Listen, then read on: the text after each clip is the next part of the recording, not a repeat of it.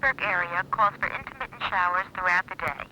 This evening, temperatures in the upper 60s, along with clearing skies, will provide ideal weather conditions for the 1974 All-Star Game at Three Rivers Stadium.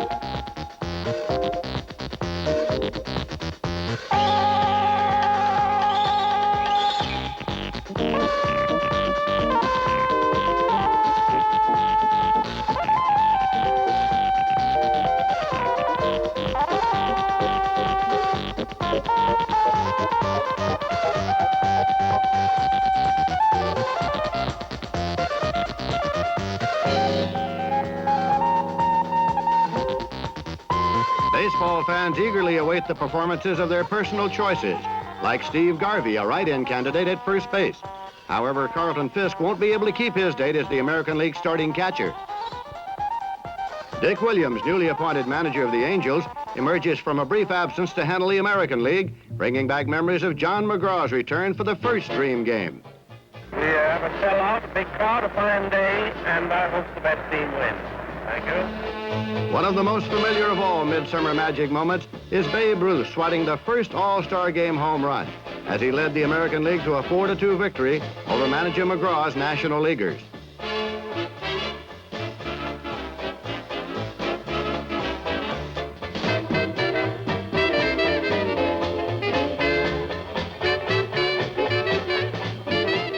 In 1934, the Giants' Carl Hubbell provided the magic with his 5 consecutive strikeouts of Babe Ruth, Lou Gehrig,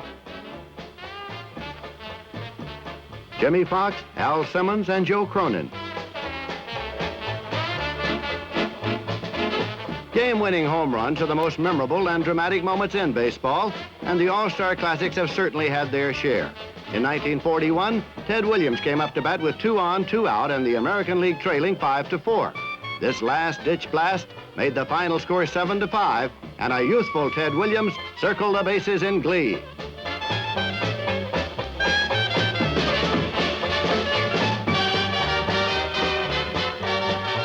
In 1950, Red Schoendienst homered in the 14th inning to give the National League a 4-3 victory.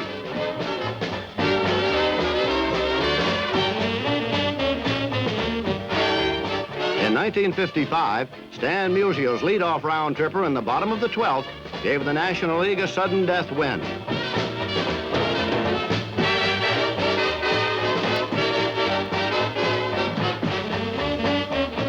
In 1964, Johnny Callison belted a 9th inning home run for yet another game-ending National League triumph. Of course, home run power doesn't hold the copyright on all-star excitement. In 1970, the aggressive base running of Pete Rose decided one more overtime contest in favor of the National League.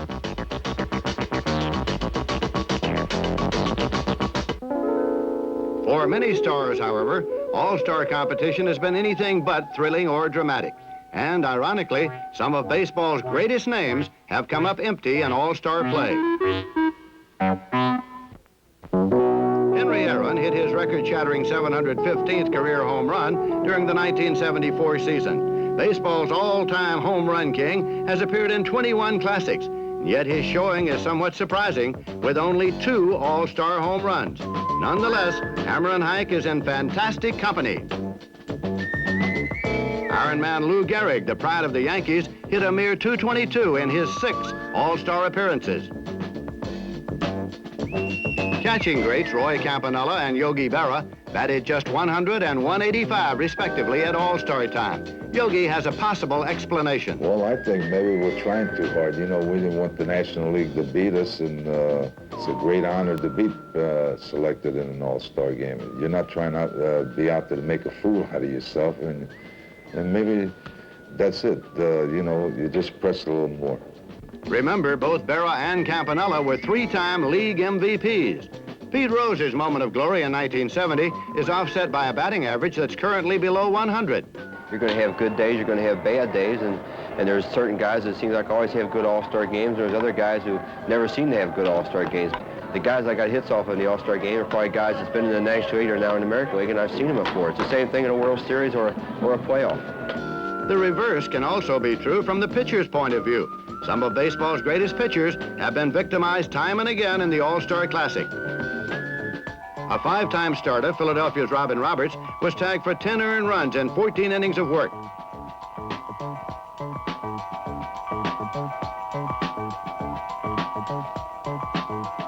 Hall of Famer Warren Spahn was also stung for 10 runs in 14 innings. Baseball's newest Hall of Fame inductees, Yankee greats Whitey Ford and Mickey Mantle, weren't the least bit happy about their all-star appearances. Slugger Mickey Mantle hit just .222 in 14 games. Whitey Ford, Mr. Clutch in World Series competition, had an inflated earned run average of, believe it or not, 11.0. Who was the outstanding DiMaggio brother? Unquestionably, it was Joe. But the All-Star manual won't prove it. Joltin' Joe hit just .230 in 10 games.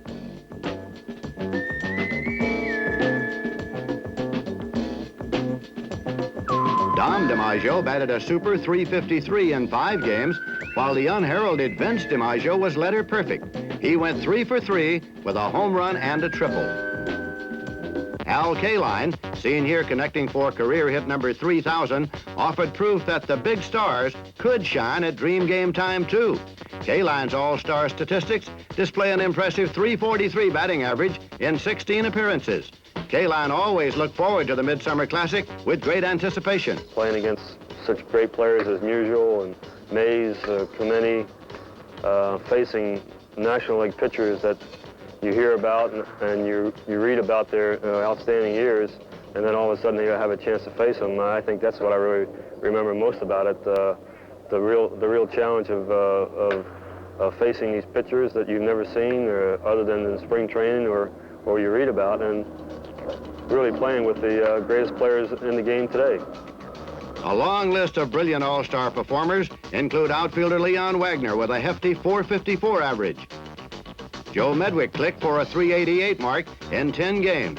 Medwick also sparkled in the field with this gem in the 1938 contest. Roberto Clemente's all-star record typified his regular season contributions in Pittsburgh. Roberto carried a solid .333 batting mark. Infielder Billy Herman hit a sensational .448 in 10 all-star showings. Boston's Joe Cronin chipped in with a .304 average. Jackie Robinson hit .333 in 6 games and, as always, excited all-star crowds with his daring base running. Enos Country Slaughter of the St. Louis Cards had a strong .353 batting average, drove the American Leaguers to distraction with his running game, and made a spectacular catch to rob Harvey Keene of extra bases in the 1953 Classic. Third baseman Ken Boyer had 9 all-star appearances and hit .348, including this home run in 1960 at Yankee Stadium. Minnie Minoso of the White Sox hit an even .300 in all-star play. Minoso's Chicago teammate, Nellie Fox, rose to the all-star occasion hitting .382. For a pitcher, an all-star outing could resemble a bad dream, seeing that opposition lineup card stacked against him. Even so, there have been some remarkable performers over and above Carl Hubbell's amazing strikeout show. Fireballing Bob Feller's record includes an ERA of less than 1, along with 9 strikeouts in 11 2/3 innings. Pittsburgh's Bob Friend received credit for 2 National League victories, and his earned run average was just a fraction over 1. Ewell the Whip Blackwell racked up 12 strikeouts in 13 2/3 innings of all-star work. Johnny Double No-Hit Vandermeer was outstanding. In 8 2/3 innings, he struck out 11 and surrendered no runs. Some of baseball's current mound aces have impressive credentials, too. Tom Seaver of the New York Mets is unscored on in 4 All-Star outings. Baltimore's Jim Palmer is also letter perfect with 3 shutout appearances. Certainly every man ever selected to an All-Star squad deserves the label All-Star, but let's set the lineup for the all-time All-Stars, the men whose performances were over and above Midsummer Classic standards. At first base, Ted Kluszewski of Cincinnati. Powerful Clue relished All-Star competition. Well, I think it's the epitome as far as a ball player is concerned. The fans choose them, and you suddenly realize that you're the one they want playing that position, and it probably makes you one of the most popular in the country. And I think, to me, it's probably one of the proudest moments in my life. Ted Kluszewski hit a mighty .500 in All-Star play. At second base, Hall of Famer Charlie Gehringer was another .500 hitter. Playing shortstop for this dream team, Archie Vaughan, who hit a blistering .412 and belted 2 home runs in the 1941 contest. At third base, Brooks Robinson gets the call. Robinson's magic glove has delighted All-Star crowds in 17 games. Well, in baseball, you play so many ball games. You play 162 a year, and there's very few of those games that you really get excited about or really feel it inside. And I think the All-Star game plus the World Series or playoffs games, just the whole atmosphere there with the writers and the TV crew, it kind of stimulates me. And you know, I've felt like that before and played bad, but I've also felt like that and played pretty good sometimes. So it's good to get excited about a ball game. If you really want to get excited about something, how about an outfield of Stan Musial, Ted Williams, and Willie Mays? Stan the Man Musial is tied with Mays for most All-Star appearances, a grand total of 24. Musial also holds the record for All-Star Game home runs with 6, and his batting average was a steady .327.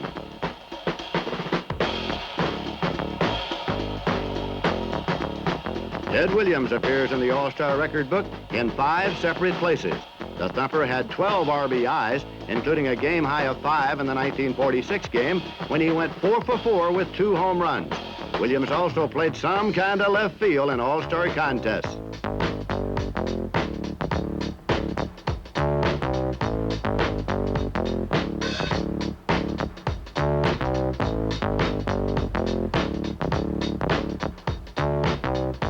Willie Mays holds 6 All-Star records, including most hits, runs, and stolen bases. Mays treated each Midsummer Classic as if it were his own personal showcase. Willie's special brand of hitting, running, and fielding thrilled All-Star fans in 24 dream games.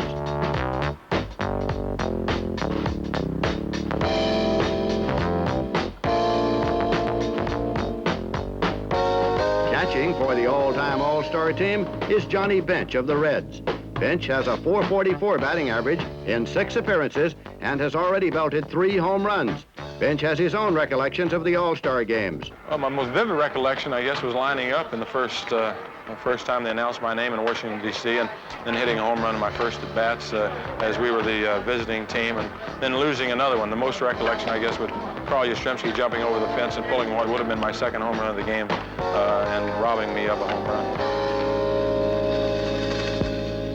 Our pitching staff begins with Juan Marichal.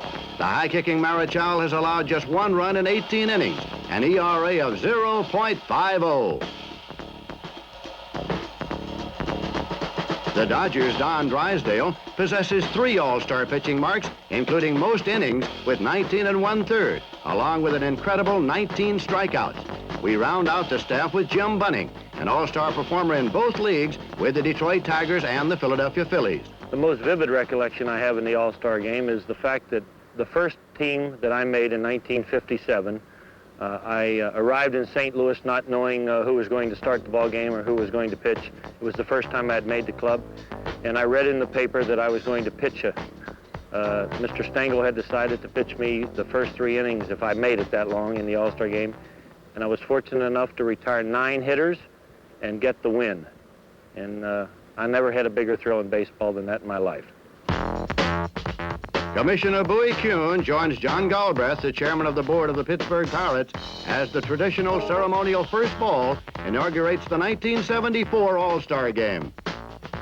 Andy Messersmith is the starter for National League manager Yogi Berra, and Messersmith breezes through the heart of the American League lineup with consecutive strikeouts of Bert Campaneris, Reggie Jackson, and Dick Allen. Gaylord Perry opens up on the mound for the American League, and Perry discourages National League fans with a show of power pitching against the hard-hitting Cincinnati heroes. Pete Rose goes down swinging. Joe Morgan is a strikeout victim. And Johnny Bench is number 3 in a row for Gaylord Perry. With 2 out in the bottom of the second, Steve Garvey comes up. Garvey is only the second player ever to win a starting berth via the fans' write-in votes. Rico Carty was the first in 1970. Garvey's single is the initial base hit of the ball game.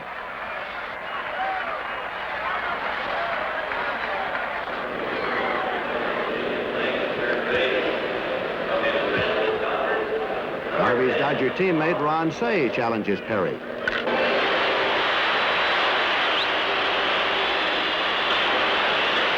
Say's drive to left center is good for 2 bases and an RBI as Garvey scores, and the National League takes a 1-0 lead at the end of 2 innings. In the top of the third, Andy Messersmith faces Thurman Munson.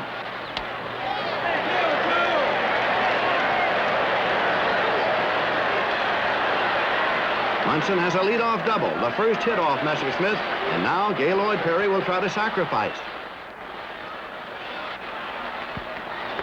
Perry gets the job done to move Munson over, and Rod Carew follows with a walk, putting runners on first and third with 1 out, and Bert Campaneris coming up. Johnny Bench's wild throw bounces into center field as Munson scores the tying run, and Carew moves on to third. Here's a second look at a rarity. Bench's throwing error is the first National League miscue in the last 11 years of All-Star competition.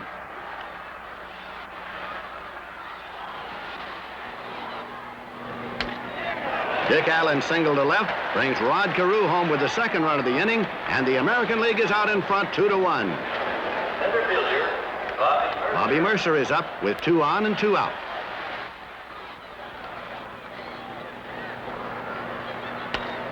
Steve Garvey stabs Mercer's hot liner, flips to Messersmith, and the American League is retired in the third. A fielding gem by young Steve Garvey. For the National League, number 30. The Pittsburgh fans welcome their own All-Star as Ken Brett enters the game to pitch in the top of the fourth. Number 28, Cesar Cedeno, and from in the center field, he will bat third. Following a walk to Jeff Burrows, Brett gets Brooks Robinson on a pop-up to second baseman Joe Morgan.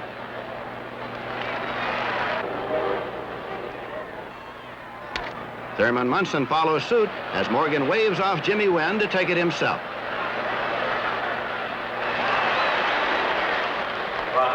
Making his 16th and final All-Star appearance, Al Kaline gets a nice hand from the big crowd at Three Rivers Stadium, but Brett delivers yet another pop-up pill, and the American League leaves Jeff Burrows stranded on first.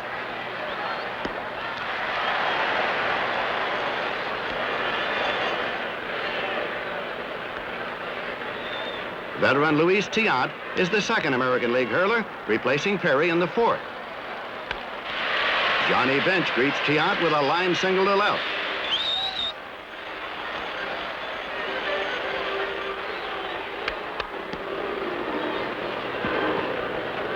Third base coach Sparky Anderson relays the sign to Bench on first and offers some encouragement to Jimmy Wynn at the plate. Come on, Jimmy.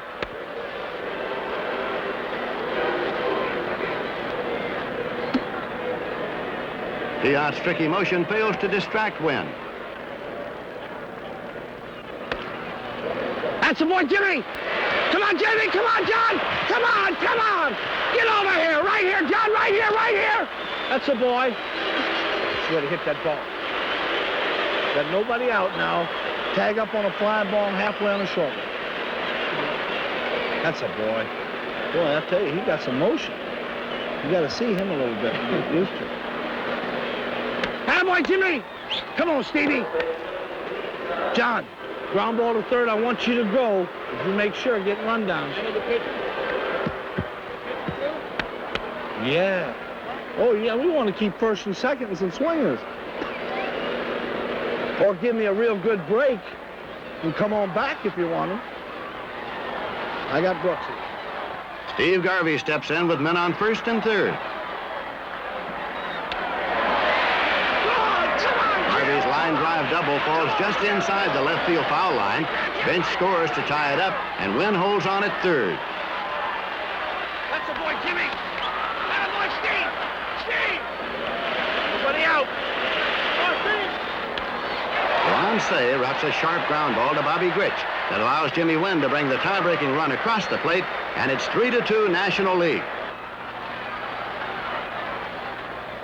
After Bobby Grich leads off the fifth with a single, Campaneris is up. Campy's shot up the right center alley is run down by Cesar Cedeno.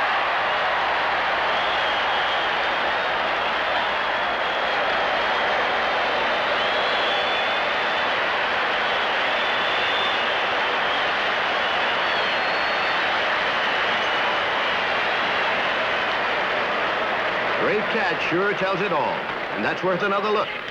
Cedeno simply outruns the ball to rob Campaneris and the American Leaguers of extra bases and a game-tying run.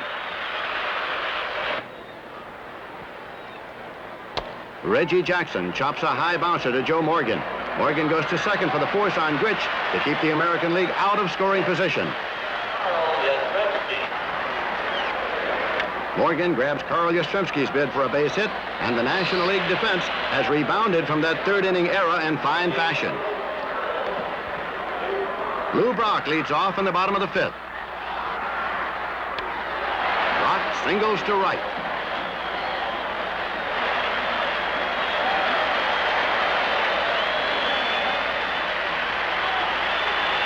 Brock is on his way to fracturing Maury Will's single-season record for stolen bases, so Tiant tries to keep him close.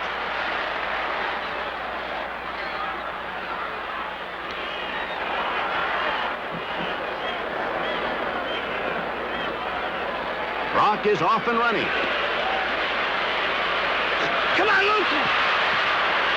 Stand up, Lou! Stand up, brother, dude!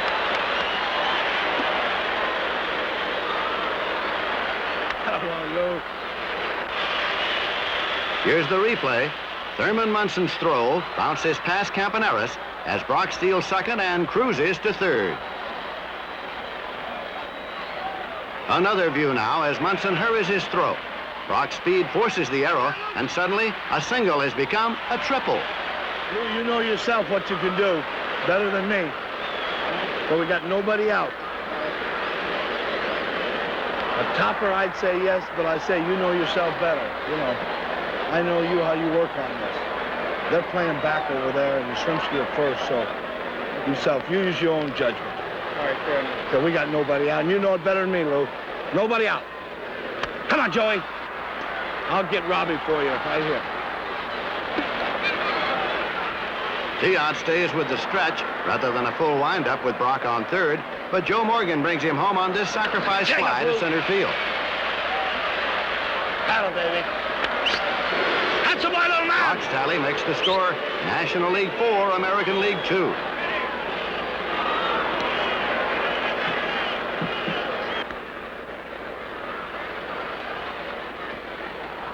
John Matlack is the recipient of Johnny Bench's signals in the top of the sixth inning, and George Hendrick leads off for the American Leaguers with a solid single.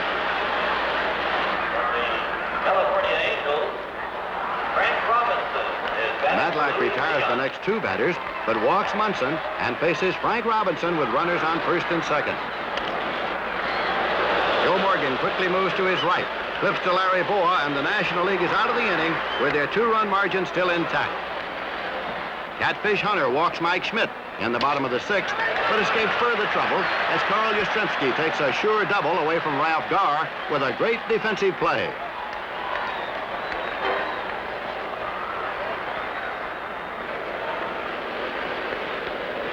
In the bottom of the seventh, Reggie Smith leads off against Hunter. Oh, get out of here!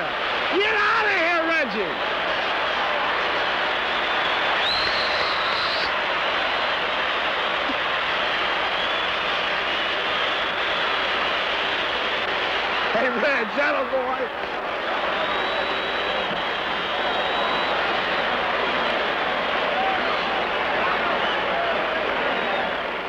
Reggie Smith's king-size home run pushes the National League lead up to 5-2. Let's take a look at the pitch that Smith put into orbit. Hunter comes in with a fastball just about letter high, and Smith really gets around on it.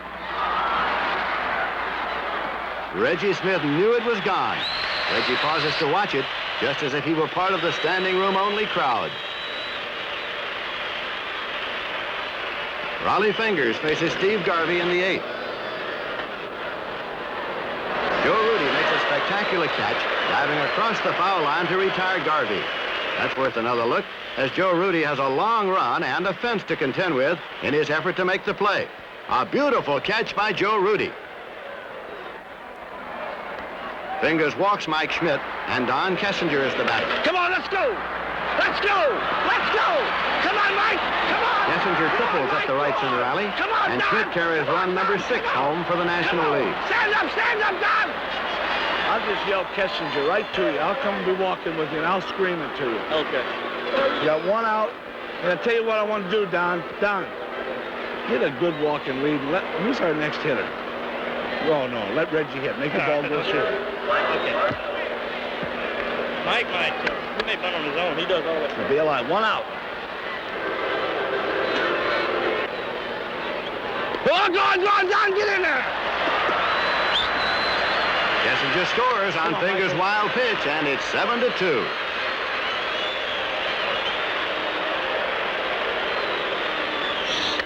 Baseball's top relief men go head-to-head. Raleigh Fingers pitching to Mike Marshall. Hey, boy, Mike! Reggie Jackson makes a terrific hustling catch, denying Mike Marshall extra bases. Let's watch it again as Reggie Jackson, a man with more All-Star votes in 1974 than any other player in history, does his thing. Marshall, the Iron Man of the mound, sets out to wrap it up in the ninth as Thurman Munson grounds out to Dave Kapp. Marshall faces Dave Chalk, the only rookie in the game, and Chalk goes down swinging. Bobby Gritch's check swing grounder is easy work for Steve Garvey, and the National League triumph 7-2.